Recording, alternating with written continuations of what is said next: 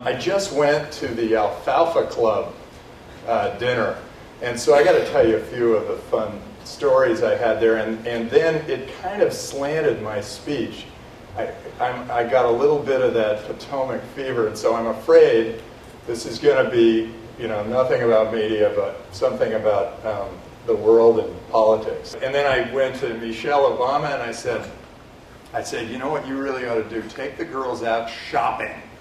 And let the whole world know that you're out shopping, and then the rest of us will go out shopping. And then she pointed at me and she said, "Talk to the president about that." And so I walked around and I told the president the same thing, and he kind of looks over at Michelle like, "You set him up for this." And then I asked Warren Buffett what he thought we should do about the economy. And he said, "Well, I think we're doing it. We just have to keep throwing things up there and see what sticks." So as entrepreneurs, I think you understand that concept, and I think you should follow Buffett's example and throw stuff up there and see what sticks. And I know that people say to me, "Well, why are you saying this now? We need this bailout package. We need this." All we need is confidence. Because, okay, so this may happen, and we're going to probably, these numbers are going to change even higher, even more pronounced than they are now. But I did a little research, and it turns out that government spending as a percentage of GDP is this green line, and in 1902 it started at 7% and has now gone to, what was 38% is now over 40%. So what that really means is 60% of our population is carrying the burden. If this goes to 50-50, it's like having, when you go out there and work, it's like having a guy on your back. And not only is he on your back, but he's watching everything you do, and he's making sure that you're not stepping wrong. So how do you save the economy? You do deals, fight for free trade, and easy liquidity. So for you guys as entrepreneurs, make sure you're doing deals. So the press paints a grim picture. We've got companies laying off employees, worldwide markets are down, lending is frozen, real estate values are plummeting, consumer and capital spending have slowed, investors are confused. One thing has not changed though, you guys. Innovation is relentless and continues unabated, growing exponentially and globally.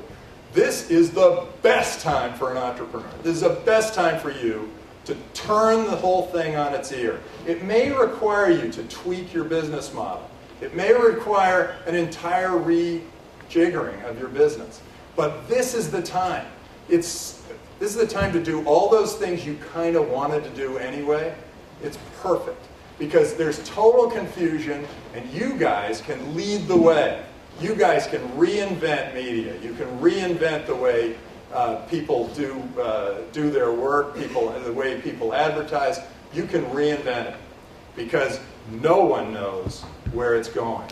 And so it will go in the direction you take it. Thank you. And I can ask not to sing. Anybody have any questions for Tim? I think there was an opportunity there to ignore the stock market crashing and allow the market to sort of recover.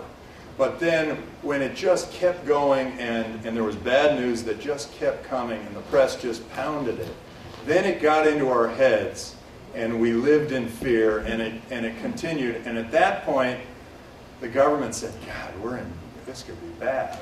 And so they felt they had to step in. Now, often what the government usually does is what they usually do. They might put money on the table, but then they surround it with regulations and they make it not even vale la pena, not even worth the effort. What I'm hoping is that they make it worth the effort. If they're going to put money in, they make it worth the effort. The original money into the banks was a save the banks so that everybody doesn't panic and run to the banks and take their money out, which they wouldn't really need to anyway, because they're protected. But they might, thinking, oh, if this bank goes under, then where do I go? It turns out if one bank goes under, you go to another bank and you still have an account.